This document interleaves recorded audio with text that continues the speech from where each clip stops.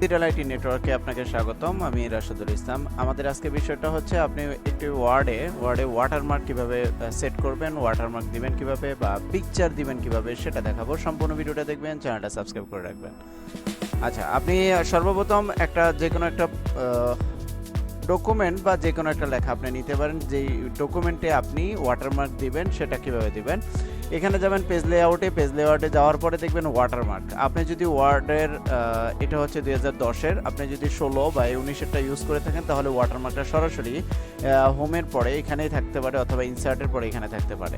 তো এটা হচ্ছে 10-এর, যার কারণে ওয়াটারমার্ক এখানে পাবেন। এখানে গিয়ে দেখেন কনফিডেন্সিয়াল 1 2 3 ডু নট কপি এই ধরনের একটা অপশন আছে, আপনি এটাও দিতে পারেন। আপনি না চাইলে যদি কাস্টম দেন, কাস্টমে গিয়ে এখানে আমি পিকচার দিব। তো পিকচারের জন্য সিলেক্ট করব পিকচার, যে কোনো একটা পিকচার সিলেক্ট করি। সিলেক্ট করার পরে এই যে ওয়াশ আউট যদি দেই তাহলে আমার লেখাটা আমার ছবিটা একটু আপসাইড